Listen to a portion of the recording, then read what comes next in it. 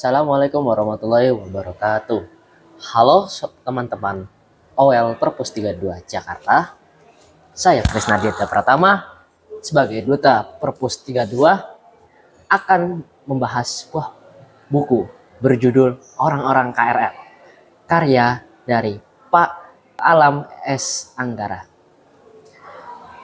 Kita akan berbincang buku ini bersama Ibu Siti Masyaroh. Apa kabar Bu Masyaroh? Alhamdulillah sehat. Yang dimana Bu Siti Masyaroh ini, beliau adalah guru kimia di SMA Negeri 32 Jakarta. Nah, kita akan ulas buku ini dari Alam S. Anggara. Apa kabarnya Bu? Sedang sibuk apa ya hari ini Bu? Sedang sibuk mengisi nilai raport, mengolah nilai raport, koreksi, dan kesibukan mempersiapkan itu. Saya mengetahui bahwa Ibu ini sering menggunakan KRL komuter lain dari berangkat ke sekolah dan pulang sekolah. Apakah benar Bu? Iya, Ibu naik kereta mulai tahun 98, tepatnya 1 September 98. Kenapa Ibu ingat? Karena waktu itu tepat bersamaan harinya Lady Day meninggal. Nah, saat itulah Ibu pindahan dari Cililitan menuju ke Tiga Raksa. Tentang buku ini, apakah ada kaitannya sama KRL komuter lain? Isinya itu apa coba? Bisa diceritakan ke Bu? Ya, mungkin sedikit dulu ya. Sebelum adanya komuter, jadi ketika Ibu pertama kali naik kereta, keretanya mungkin nggak senyaman yang kita lihat saat ini ya. Jadi Ibu mengalami masa-masa naik kereta itu yang betul-betul penuh perjuangan. Saat itu keretanya masih ditarik oleh lokomotif, relnya masih satu. Terus kalau misalnya kita itu berangkat telat sebentar aja, telat 1 menit, maka kita akan ditinggalkan oleh kereta itu dan menunggunya bisa lebih dari 30 menit, bisa 40 menit dan seterusnya. Kenapa? Karena kereta satu rel itu akan ada saat-saatnya dia itu harus tunggu bersilang. Belum lagi kereta zaman dulu. Kereta zaman dulu itu ya kondisinya sangat memprihatinkan ya, karena kadang-kadang gangguan mesin, gangguan lain-lain gitu. Pokoknya banyak hal yang harus kita perjuangkan untuk bisa mencapai tujuan itu gitu. Oh, jadi Ibu naik kereta sekitar tahun 1980-an ya? Berarti 98. Kalau 98. tahun 80-an itu sesekali kalau misalnya pulang ke Jawa gitu Ibu naik kereta. Cuman yang rutin tiap hari itu sejak Ibu kuliah di Depok waktu itu, jadi berangkat dari Tiga Raksa menuju ke Depok itu kalau cepet bisa waktunya itu bisa 3 jam baru nyampe gitu. Oh, berarti dulu pas Ibu naik kereta itu harus silang dulu ya Bu?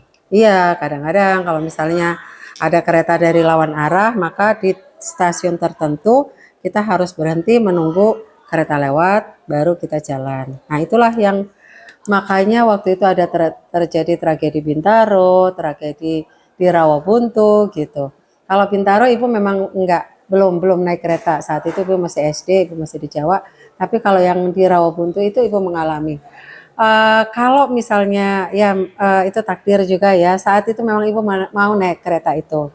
Jadi pagi itu sekitar jam 7 jam 8 lah gitu. Harusnya Ibu naik kereta itu, tapi karena tertinggal oleh kereta itu, Ibu naik kereta berikutnya. Nah, nunggu beberapa saat kok lama keretanya nggak datang-datang, ternyata ada insiden di Rawabuntu. Akhirnya kalau udah ada trouble kayak gitu, bisa seharian itu akhirnya kereta nggak jalan. Bisa dibayangkan bagaimana sirkulasi ini ekonomi ya, terkait dengan ekonomi, orang mau berangkat kerja, orang mau jualan itu terhambat semuanya gitu. Nah, jadi bersyukurlah sekarang kalau kita udah nggak mengalami itu lagi. Yang kita temui sekarang adalah KRL, itu luar biasa. Jadi anugerah yang tak terhingga untuk kita semuanya. Memang yang kita lihat sekarang ini ya, saya juga bersyukur Bu. Kenapa? Karena saya lihat-lihat dulu itu KRL sesaknya penuh minta ampun Bu. Mulai dari copet, terus pedang asongan, belum lagi pengamen. Iya. Ya apalagi dulu ya, kalau lagi naik kereta terakhir itu malam-malam itu jam 9 ya kalau nggak salah. Beda sama sekarang. Kalau sekarang kan paling terakhir itu paling jam 11-an lah. Ya, ya.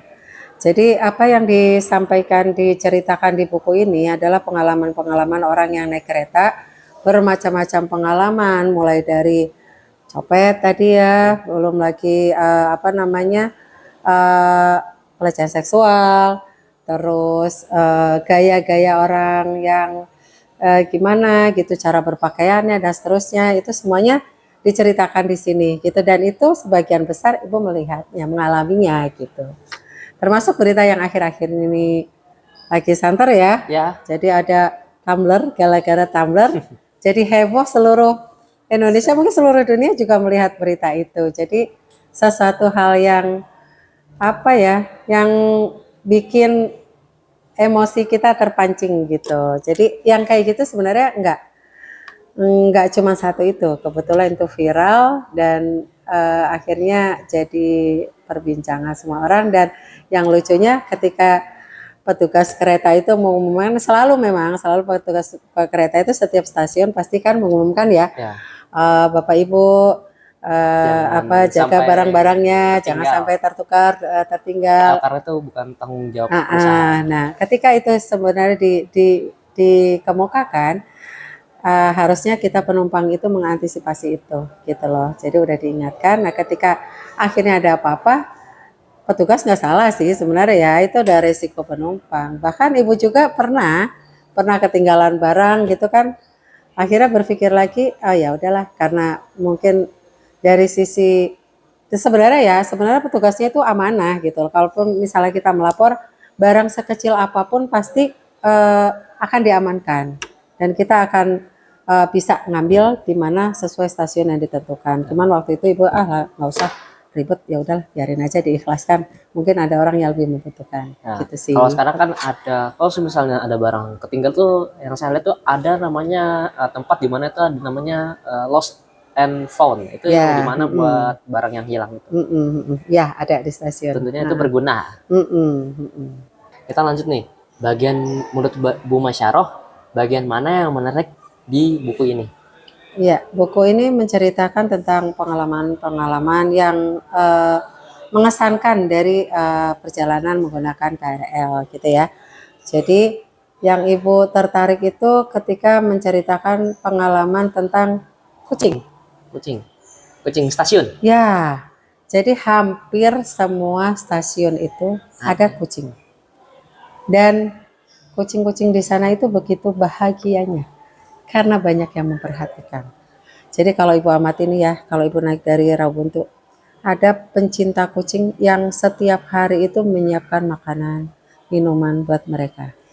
Jadi terus di stasiun Kebayoran ibu turun pun begitu. Jadi kadang ibu mikir, oh ternyata kucing itu orang itu lebih berempati sama kucing dibandingkan sama pengemis. Jadi itu yang menarik menurut ibu gitu ya. Jadi memang bagus juga sih. Jadi kucing itu kan ya kalau dari ibu ya, kucing itu kan hewan kesayangan Rasulullah. Iya. Mungkin orang-orang yang pencinta kucing itu mempertimbangkan hal yang kalau kita merawat kucing maka akan ada berkah di balik itu. Karena ibu pernah punya pengalaman nih. Jadi orang tua murid di sini, dia sangat suka kucing. Dia suka ngambilin kucing jalanan dirawat di rumah. Dia nggak kucing-kucing yang mahal-mahal gitu. Oh, kucing jalanan semua. Betul. Nah, terus dia punya keyakinan ketika kita itu mengeluarkan biaya untuk kucing, maka ada apa ya? Misalnya gini, kalau kita merawat kucing sakit, maka nanti ada balikannya ke dia itu dia akan dihindari dari penyakit. Nah, kata ibu kan wali murid itu kan suka ngerawat kucing ya. Nah, saya dengar yang setiap apa ya, ngerawat kucing baik-baik itu kata nanti dapat balasannya nanti di akhirat. Itu benar ya? Ya, selain di akhirat, di dunia pun iya gitu. Karena dia punya keyakinan itu dan benar terjadi gitu. Bahkan ketika krisis moneter, lagi pandemi itu yang paling dia pikirkan, nanti kucing-kucing di stasiun itu siapa yang mau ngasih makan gitu. Ya, saat itu lagi sedang, kan nggak boleh orang naik keluar kereta. Jadi dia itu sengaja bawa makanan kucing, sehari itu katanya dibawa berapa kilo gitu. terus dia kasih kucing di stasiun. Kalau di apa namanya di rumah-rumah mungkin ada yang ngerawatin, tapi kalau di stasiun siapa memikirkan itu. Nah itu bagian yang menarik menurut ini, menurut ibu. Oh iya, orang-orang itu begitu pedulinya dengan itu. Nah, gitu.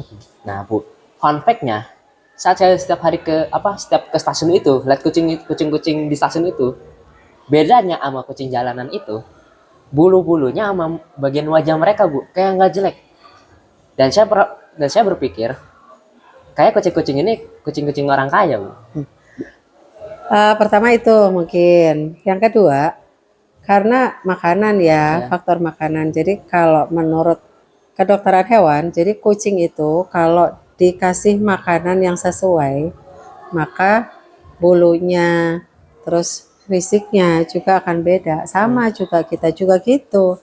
Kalau misalnya kita dikasih makanan bergizi, maka ya pasti berpengaruh lah Iya, sama ya tampilannya gitu. Beda sama anak-anak yang asal-asal makan dan seterusnya, bahkan orang yang kekurangan gizi pasti juga beda tampilannya. Nah itu mungkin kucing yang terawat itu termasuknya gitu. Ya bahkan mereka ada kok yang sengaja gitu bawa semprot-semprot terus dielap-elap gitu, dikasih parfum dan seterusnya gitu, ada juga yang kayak gitu gitu. Itu hal yang menarik di stasiun itu gitu, selain yang diceritakan di sini maksudnya. Oh. Iya. Gitu. Nah, Bu, selain kucing, apa hal yang menarik lagi di dalam buku ini, Bu? Ya, kalau ibu lihat ini banyak banget cerita tentang KRL dan sebagian besar ibu menyaksikannya. Di antaranya cerita tentang penumpang prioritas. Ini ibu yang paling suka mengelus dada kadang-kadang ya. Jadi ada kursi prioritas. Kursi prioritas kan jelas diperuntukannya untuk siapa. Ini ada anak muda yang gagah perkasa, terus duduk di situ pura-pura tidur, ada diteriakin ibu hamil, tolong dikasih duduk, tetap aja tidur. Nah, itulah. Jadi hal yang harusnya jadi sesuatu yang pertama kan itu bukan hak dia. Terus ada orang yang lebih berhak.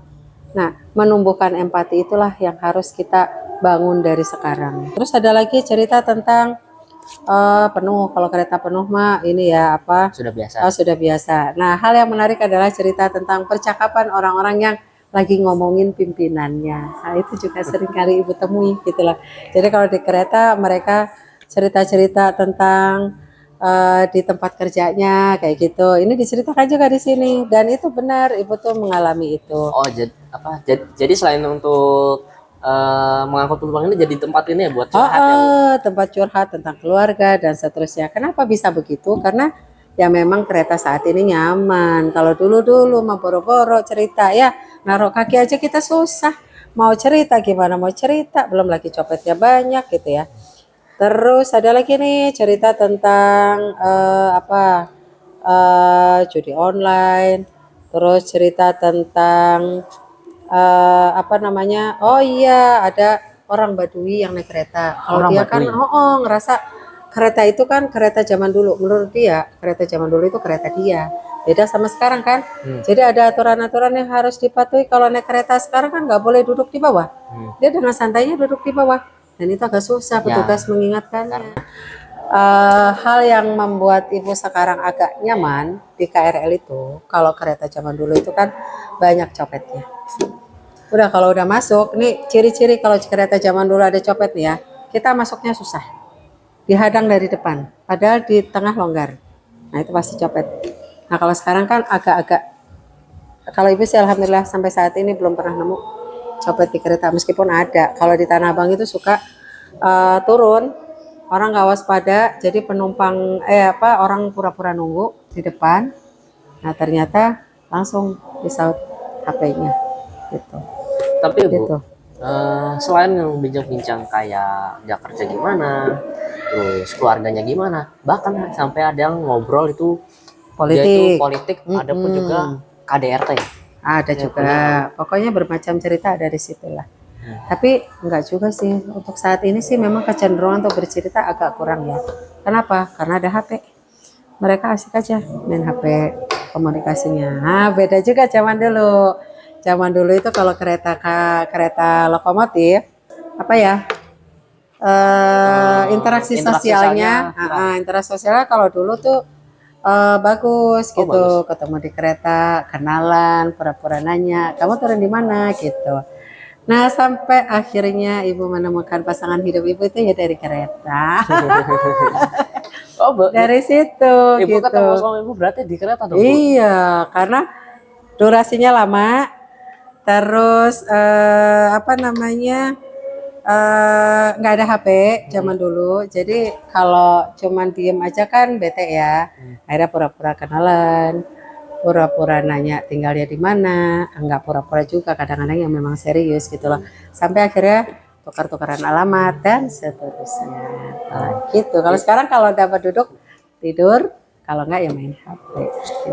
Ibu ketemu suami ibu itu kayak apa ya? Kayak inget lagunya itu Stasiun Cinta kalau nggak salah. Ada ya. Ada lagunya. Kayak apa itu lagunya? Saya lupa, tapi judul lagunya ada Stasiun Cinta. Oh gitu. Ya deh nanti ibu cari ya di YouTube ya. Oh ya, ini Bu, lanjut. Nah, kan tadi Ibu sudah cerita ya tentang hal yang menarik di buku ini. Nah, bagaimana pengalaman Ibu saat naik kereta sebelum KRL sekarang ini direformasi oleh Bapak Ignatius Jonan? Ya. Jadi ibu di awal tadi kan cerita naik kereta dari tahun 98, keretanya kereta lokomotif. Ya memang banyak dukanya dibanding yang sukanya. Sukanya memang kereta itu adalah satu-satunya alternatif transportasi yang paling cepat dari dulu dan sampai saat ini. Paling murah juga. Nah, kalau zaman dulu naik kereta itu penuh perjuangannya dari mulai naiknya sampai turunnya. Karena keretanya sebagian besar diisi barang. Jadi sirkulasi ekonomi dari Rangkas Bitung dan seterusnya itu kan pemasok pangan untuk daerah Kebayoran Lama, Tanah Abang, Palmerah dan seterusnya ya. Jadi kalau ibu-ibu apa namanya amati, ternyata di dekat stasiun itu kebanyakan dekat pasar. Contohnya Nah, karena mungkin itu tadi gitu. Jadi distribusi bahan hasil boomingnya itu memang dari stasiun ke pasar gitu ya. Jadi karena itulah akhirnya orang dikalahin, lebih menang barangnya daripada orangnya gitu. Dengan berkembangnya, karena memang zaman dulu mungkin nggak banyak perumahan di pinggir-pinggir stasiun ya. Dengan akhirnya Jakarta banyak digusur ke pinggir-pinggir gitu kan, akhirnya perumahan itu banyak adanya di dekat stasiun. Akhirnya bergeser lah gitu transportasinya dari pengangkut bahan hasil bumi jadi penumpang. Nah, nggak diimbangi dengan itu akhirnya ya KRL zaman dulu itu ya itu tadi susahnya. Yang pertama itu, yang kedua keamanannya nggak ada, beda sama sekarang kan. sekarang Keamanannya bolak-balik lewat, terus ini turun stasiun pun petugas keamanannya banyak. Zaman dulu nggak ada itu gitu. Terus yang ketiga dari income pemerintah. Zaman dulu orang naik kereta itu jarang yang beli tiket. Nah, karena dulu bablas aja udah nggak pakai bertiket gitu ya, Bu. jadi nggak pakai tiket, ngasih ke petugasnya. Berarti dulu tiketnya kayak gini bukan, Bu? Seperti ini bukan? Nah, ini yang gampang ditipu-tipu gitu. Jadi harusnya padahal tiketnya murah ya. 1.500 dari zaman dulu itu tahun 90-an berapa? Oh ini 2002 itu tiket kereta 1.500. Tapi yang masuk ke kas negara itu enggak lebih dari sepertiganya. Kenapa? Yang beli tiket itu yang penumpang yang beli tiket, banyakkan yang nggak beli tiket dibandingkan yang beli tiket. Kalau beli tiket 1.500, kalau bayar ke petugasnya bisa 1.000, bahkan bisa kadang-kadang lolos. Kalau lolos berarti dia hitungannya nggak bayar. Nah, beda sama sekarang. Sekarang kan semua wajib punya tiket. Meskipun kenaikan harganya nggak signifikan ya.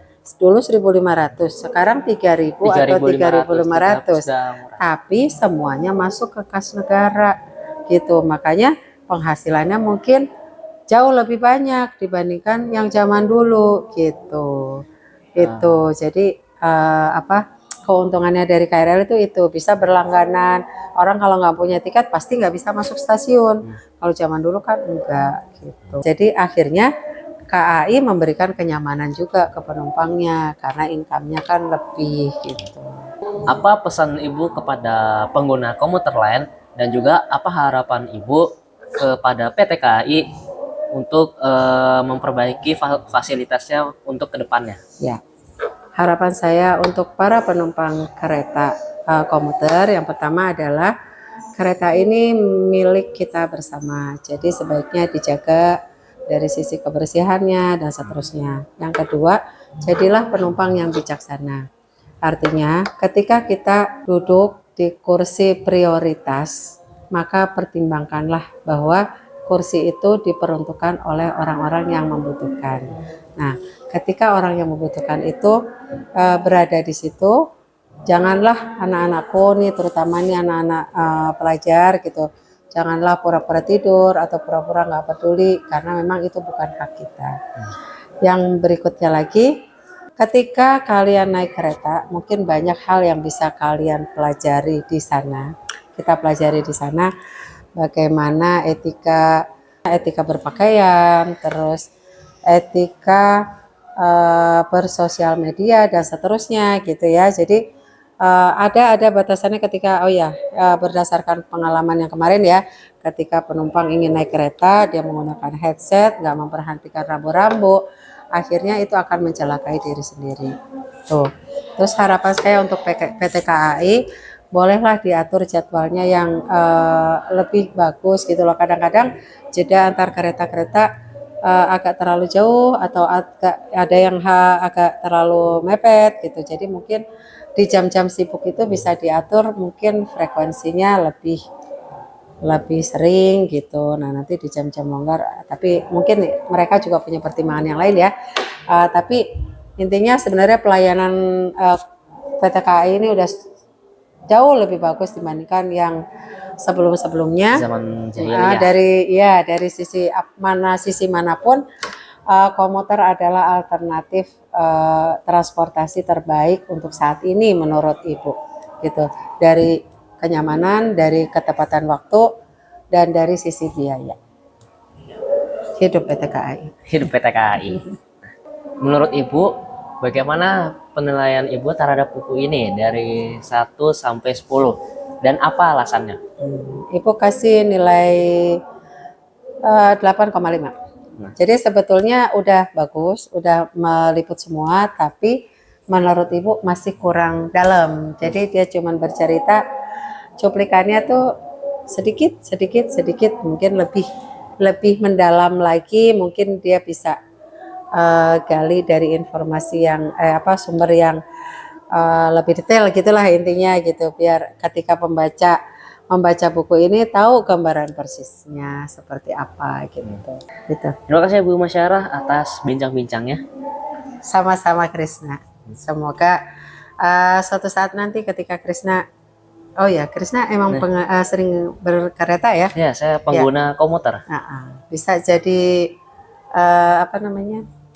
jadi memajukan PT KAI gitu. Nantinya suatu saat nanti seandainya. Gitu. Amin. Tertarik nggak? Ya, tertarik Bu. Amin. Demikianlah, ayo kita bincang buku hari ini. Saya Krisna Ditya Paratama, pamit undur diri. Salam literasi.